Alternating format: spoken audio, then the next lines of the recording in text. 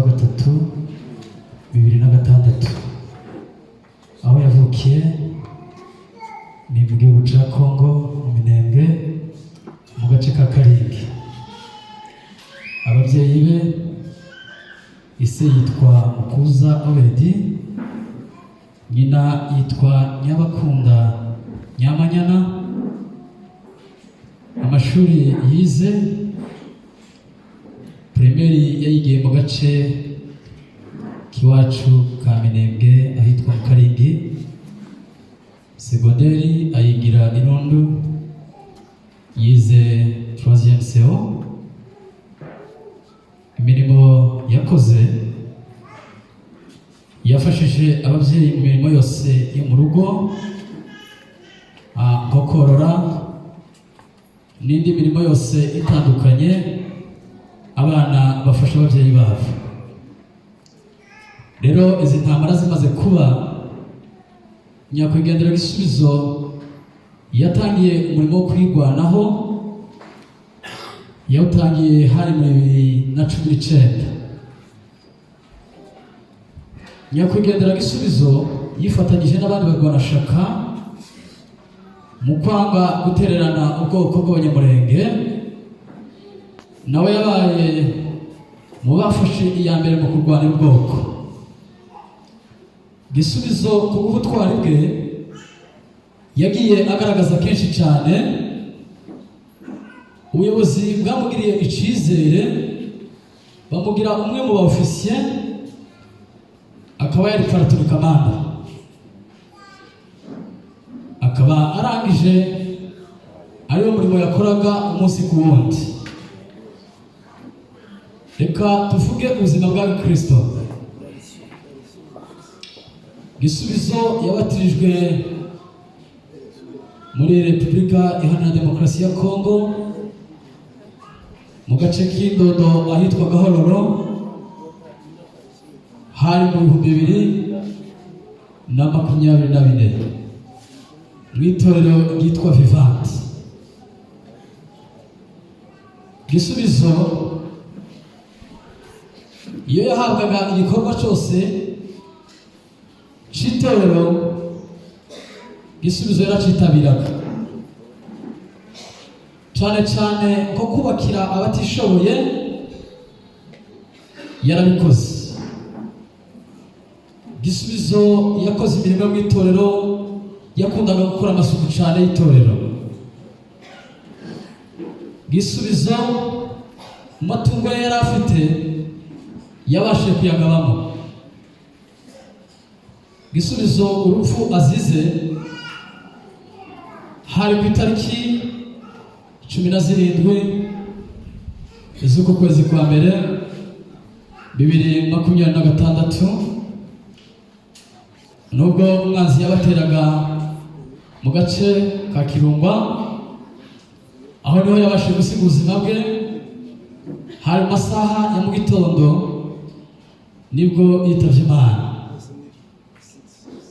Akaba yaritavye Imana arimo arengera ubwoko bwacu bw'Abanyamurenge, kuko mu bizi tubihe bigoye, ibihe bitatworoheye.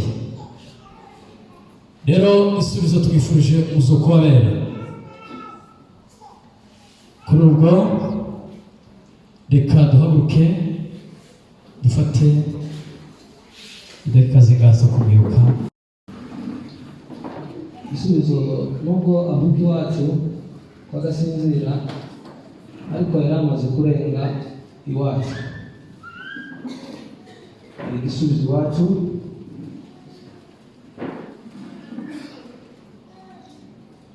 ararenga, Gisubizo kuboko bwacu.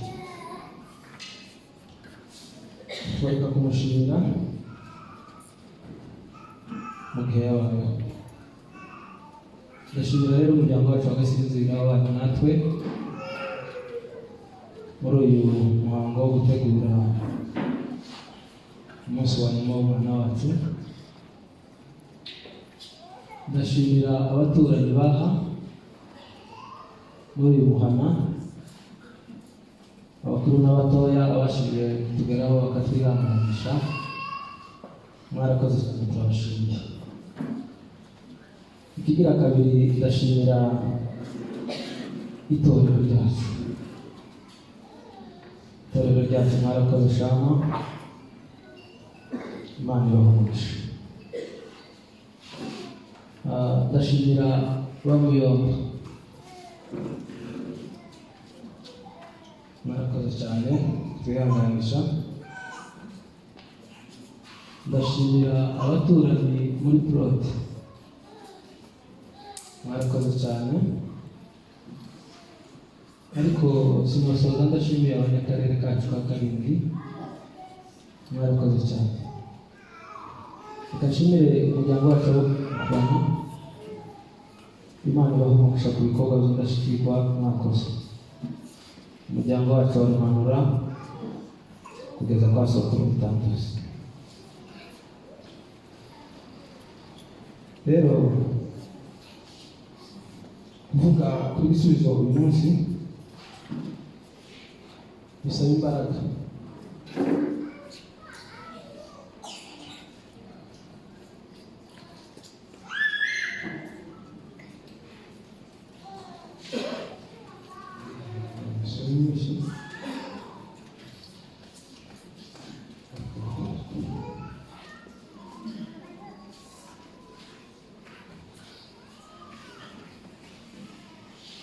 Gisubizo yari umugabo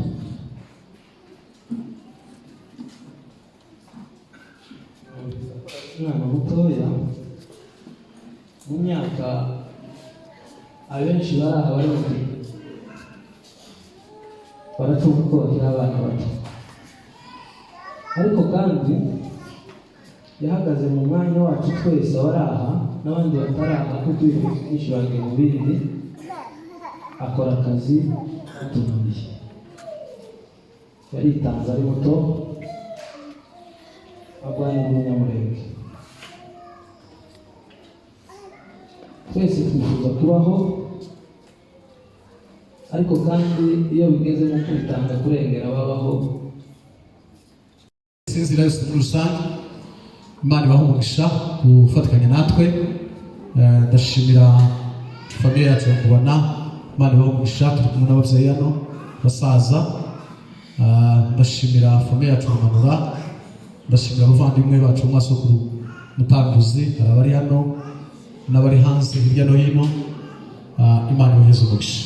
Ndashimira abavandimwe bavuye kuvuga famiye yacu ya Karindwi yose muri rusange, bahora bagira ibikorwa byiza byo gutabarana, kuko perezida yabivuze. Imana ibahumurisha rwose. By'ukuri ndabizi kuko n'ushize bakoze n'ibindi cyane. Imana ibahumurisha, mukomeje gukora. Ndashimira abanyamurenge bose muri rusange bari hano, mwagize neza cyane. Ibi ni ibisanzwe, tumaze gusa n'ababimenyereye, ariko dukomeze dukomere, twihangane. Turi mu kiriyo none, ejo tuzaba turi mu kindi, gutyo kuzageza Imana iduhaye igisubizo, twese tubashe kuba mu gihugu tunezerewe. Mwebwe muri hano, twebwe twabibaye Goma kenshi, murabizi ko aho dutuye kuva muri 2013 kugeza ubu nyine twaciye mu bihe twe tutobasha kububwira, ariko Imana yadushoboje ku kintu kimwe, twarakomeye turihangana. Uzi kuza gushingura umuntu imboni kuri hejuru n'amabuye bagutera, uzi kurwanira umurambo kuri morgue, ntimugire ngo biroroshe, ni ibintu bitabizoroshe, ariko Imana yaradushoboje turahari. Uzi gusengerwa urusengero rwicayemo rurayemo, bwaje kwira nimugoroba ugasanga ni ikibanza gusa, ni ibintu bitoroshe, ariko ibyo byose Imana iragukomeza, dukomeza kuhaba cyane. Ndashimira kandi ntangapore bavandimwe famiye ya Mzee Obedi, nukuri Imana ibahumurisha. Moise n'abashiki be bari hano, Imana ikomeze kubihanganisha. Imana ishimwe kuko yaduhaye igisubizo, kandi Imana ishimwe kuko yamusubiranye. Imirimo ye mwayumvise bayivuze, ya umugabo batabaye ari kumwe n'abakuru be babiri. Mukuru umwe aza kurwara amaguru, cyinshi yashoboka aba mu rugo. Undi mukuru wakurikira ibya kabiri arakomereka wa musi mu ntambara zo mu Mikeke.